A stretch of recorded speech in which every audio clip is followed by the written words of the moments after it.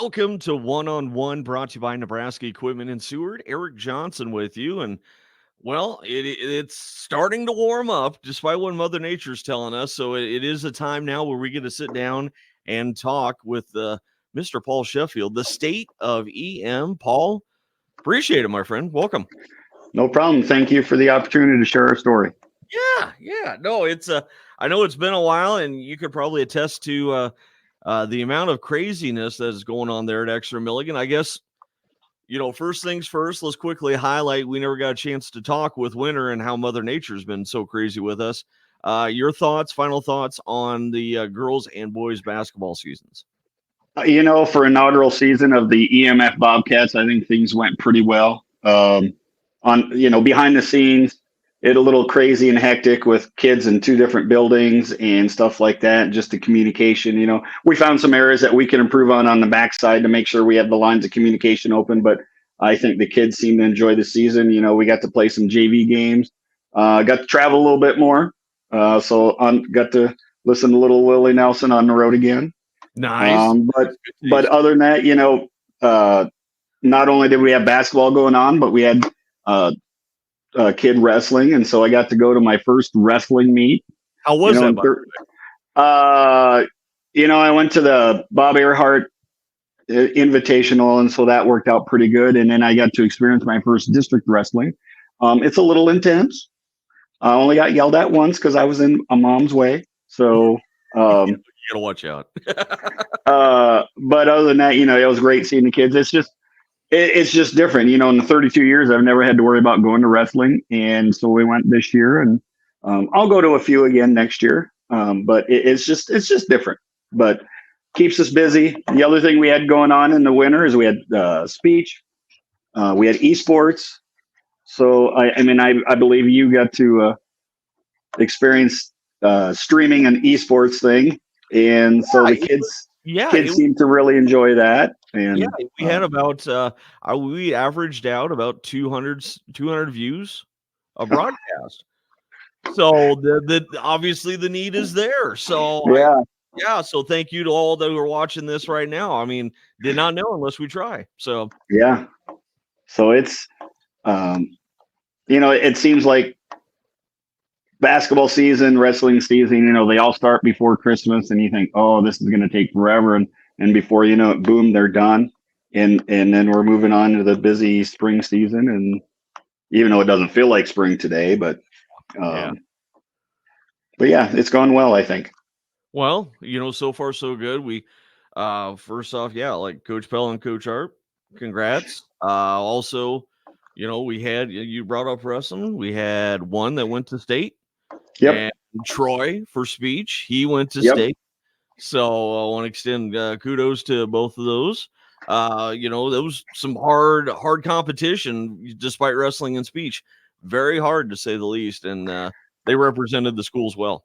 Yeah, with the co-op, so the boys moved up to C2 in basketball. The girls were in D1 for speech. We were co-op for speech also, and so they moved up to C2. So it's a little bit tougher competition when you get into the C2 ranks, but it's not something that we couldn't compete with. Just pushes us to be a little bit better, and just look forward for even better things to come. Exactly right. And so, like you said, spring season's here. We hear the cracks of the golf balls, and a lot of kids huffing and puffing. It must be track and golf season. So, tell us, not much has changed in that regards. Just the co-op is a lot stronger. Track season, big team, golf team. Lots of boys going out this year. Yeah, we call it our own form of March Madness, where you've got golf meets, you have the track meets, and you have state FFA, and you have state FCCLA, throw in a senior trip, throw in a district music, throw in some field trips. And so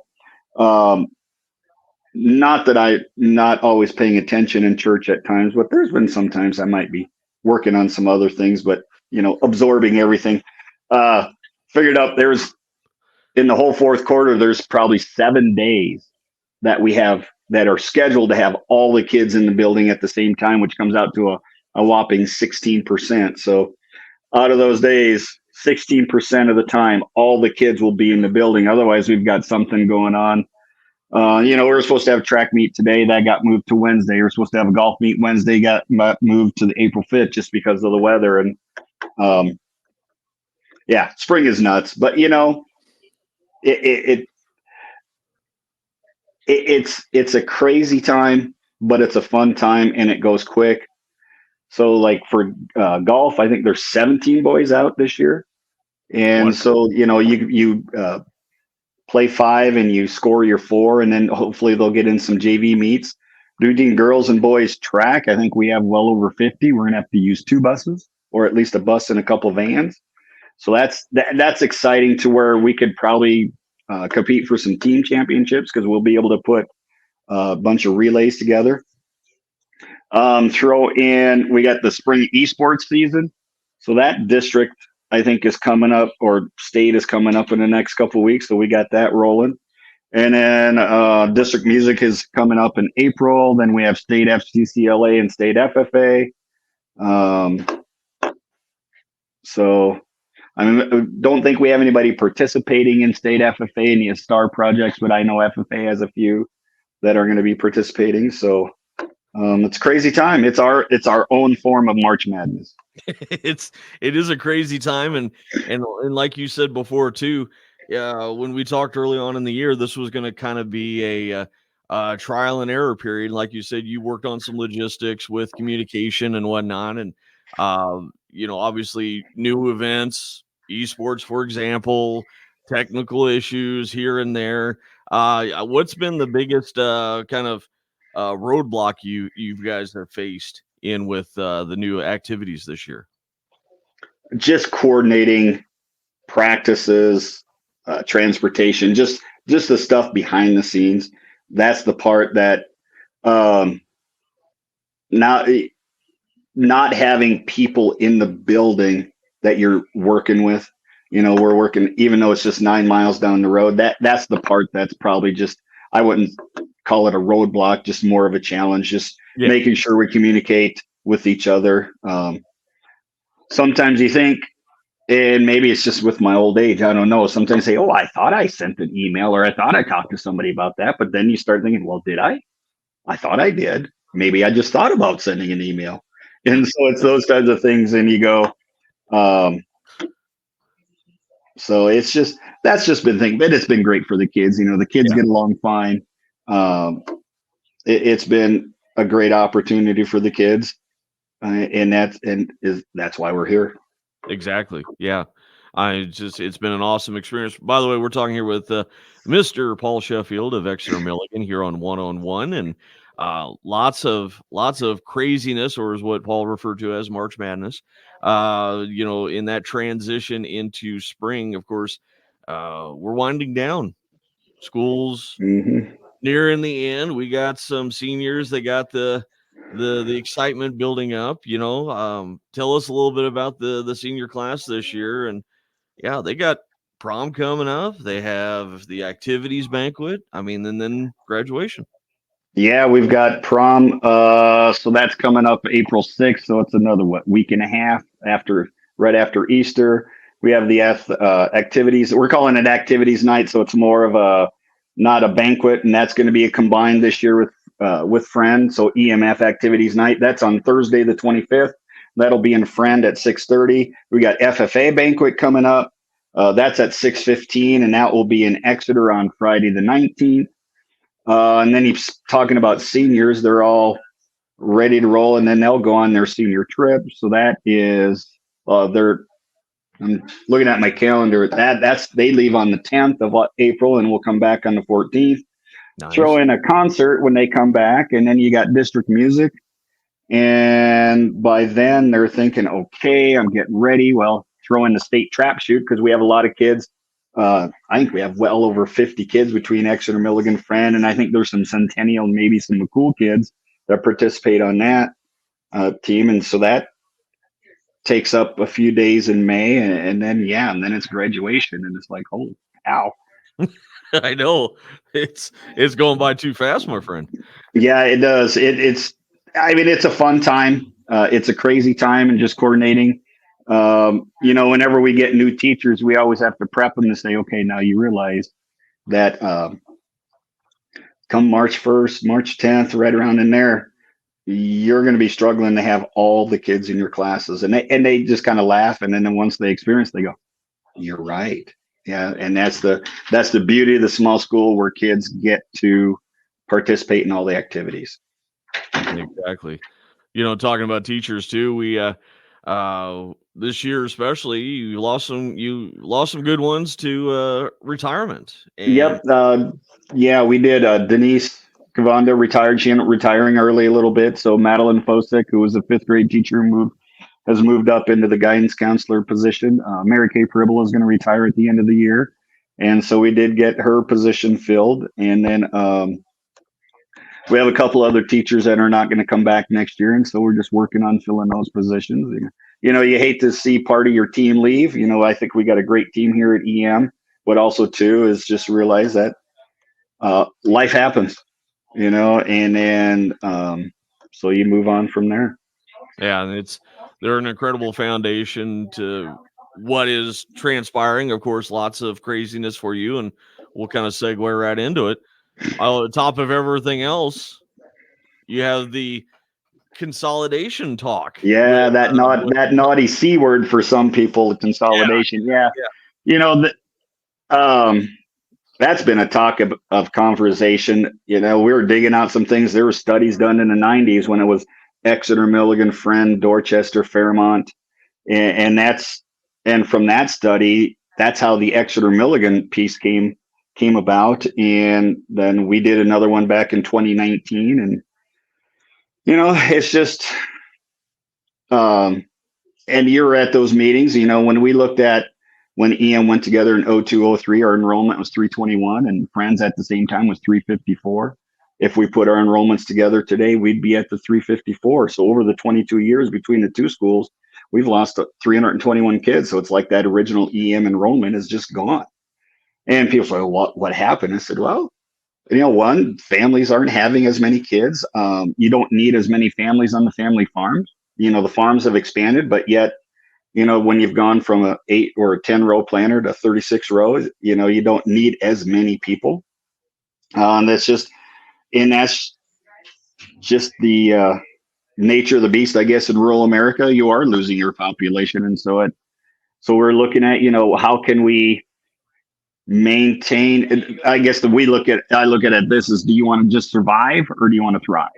In our goals, we want to thrive. We want to provide those opportunities for our kids. And when we have some elective classes, we have 11 elective classes where we have 0 kids enrolled. And so, or we have some where we have 1 or 2 kids. And if you're trying to do a discussion, it's kind of sit in a corner and talk to yourself. So what can we do to help provide those opportunities for kids? And it just popped up, and it was just the time to go together with EMF. And so you've had discussions in Friend and Milligan Mm-hmm. and Exeter. Yep. Obviously, a very passionate fan base in regards. Lots of questions. What are some like the really highlighted questions that was consistent out of the locations? Part of it is just how are things going to go. So the goal is to have the K5 in Exeter and a 6 through 12 in Friend. Some of the concerns that some have brought up through the question is just the travel piece. To me, my response would be Milligan's done it for 22 years. They've traveled. Their kids have had to travel for 22 years, and on 9 miles of gravel and 3 miles of pavement. Where to Friend, it's 9 miles on pavement. The other thing is just the loss of identity.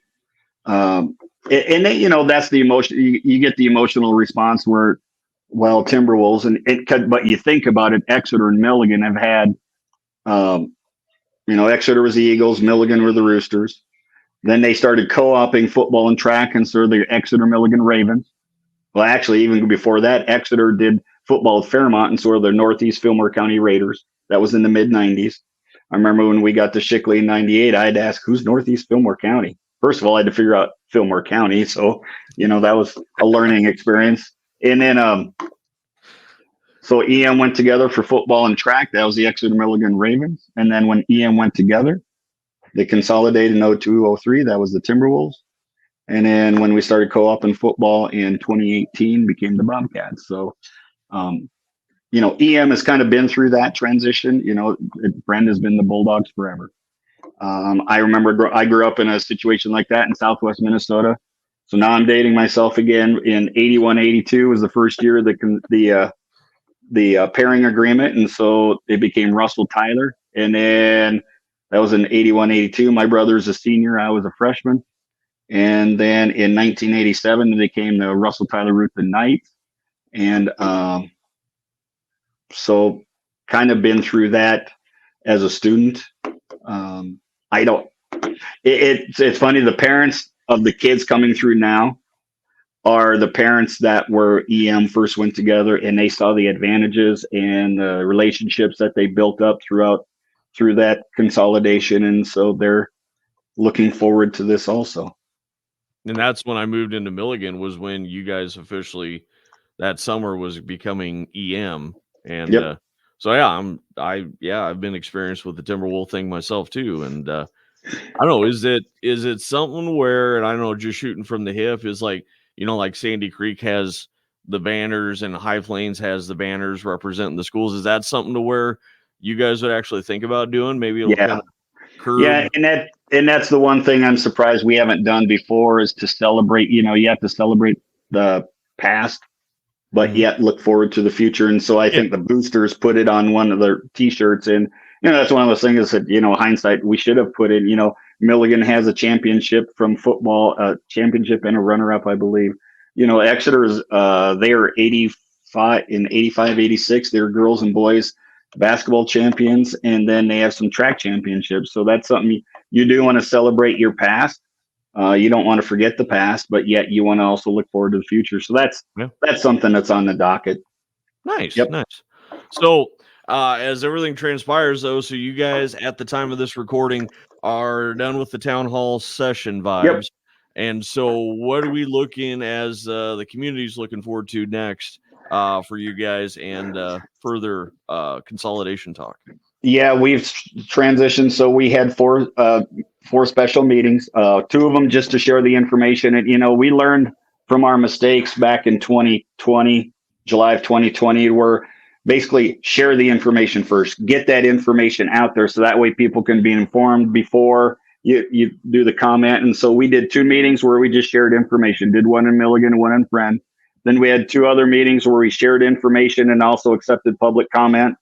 And that was one in Friend and one in Exeter, and then the regular board meetings. So the big thing is April 8th.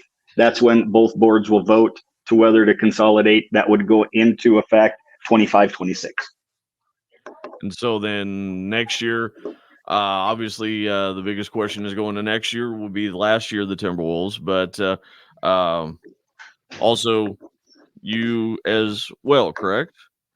Is that what's going to happen? Yes. Oh, yeah. Darn it.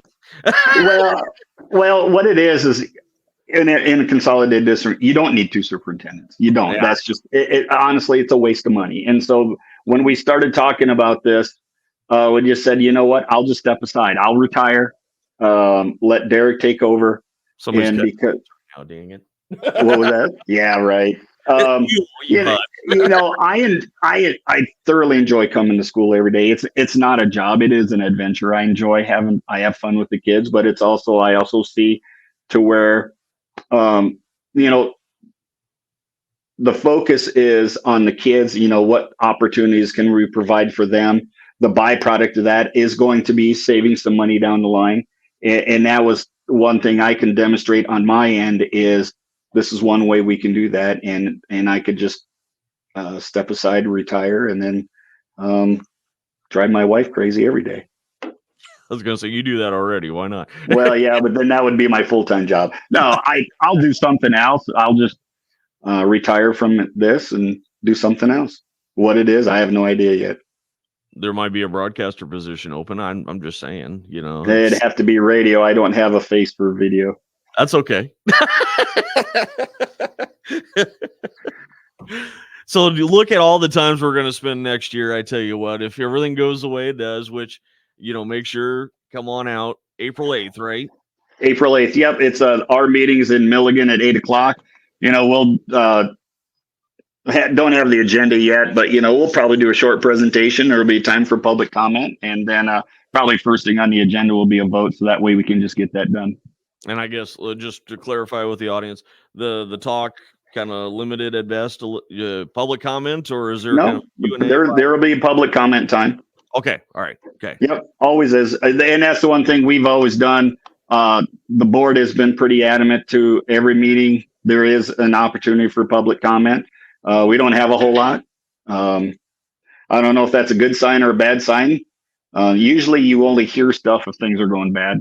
I mean, honestly, it's kind of like those calls home to parents when a parent gets a call from the school. It's like, oh, what'd they do now? I roll every time my kids call. So. Yeah. And so like Laura's been doing some things called good news notifications. And so on the elementary side, we've had it to where the parents are getting calls because of good news. And so everybody likes, you want to hear the good news too. So the world needs more good news. That's for sure. Yep, exactly. Well, with that being said, of course, keep in mind, let's rattle through real quick. Coming up activities include the activities banquet. That'll be April 25th. Yep, April 25th. April 19th is the FFA banquet. Okay. That's also district music, the 18th and 19th. We got prom on the 6th. Perfect. Let's see. We got track meets, and we have golf meets, and we have throw in a senior trip and state trap and district golf and district track. And like I said, 16% of the time in the fourth quarter, we have kids here. Yeah. Lots to do. If they want to figure out what's going on and more, where do they go to? They can go on the school website. Down on the bottom, there is a calendar. You can look at the month view. We have everything on there. They can take a look at it and go, oh my, and say, yep, the kids are busy. Yep. But they enjoy it. And I just thought about it too. We haven't gave a quick shout out, Mr. Perez band as well, doing an awesome job too. I had that on my notes. I forgot to do that, but yeah, we just had Class D All-State on Saturday, and unfortunately, your daughter had made it, and she was sick, and so she didn't get to go out, and so they, that's always a great experience for them to play with other musicians, and so they try out, and they get to go to that, and then we have district music coming up, and that's going to be in Milford this year. So that's the 18th and 19th, and we have a lot of kids that participate in that, just not only with the band, but in small ensembles. So that's a good time. And then actually, I think on the 15th is when our pre-contest concert is, on Monday the 15th. So that's when the band will play, and then people get the opportunity to listen to the kids that are going to be participating at district music later that week. Yeah. I mean, I'm just here to help you so you can remember all those dates, because I remember them. I do it by the week, and then I always have to remind myself, what do I have going on this week? Oh, thank God for a calendar. Oh yeah. With the Google Calendar now, you can just move stuff. Back in the olden days when you had the Franklin planner, you had to scratch it out, and that's why you always did everything in pencil. See, now you're dating yourself again. Gosh darn it. Oh, I don't care. I know that's the alternative for a lot of us. Well, final thoughts, my friend, for the ones listening and watching. What do you want to reach out and tell everybody here one last time? Just enjoy the ride that you're doing. Come in every day, wherever you're at, give it your best effort. Enjoy the time that you have, because it does go fast. Like, this is my 16th year at EM. 26th overall in Fillmore County and 32nd overall in education. And it does go fast. So enjoy the ride, have fun while you're doing it. And, be somebody's bright ray of sunshine. It's kind of hard. It's kind of hard to look at that on a gloomy day like today, when you're looking out at everybody else is getting snow. You got to look at it on the positive side and say, well, we could be getting 4 to 8 inches of snow. And I mean, we need the moisture, but just have fun. Just be the positive thing you can, and enjoy life.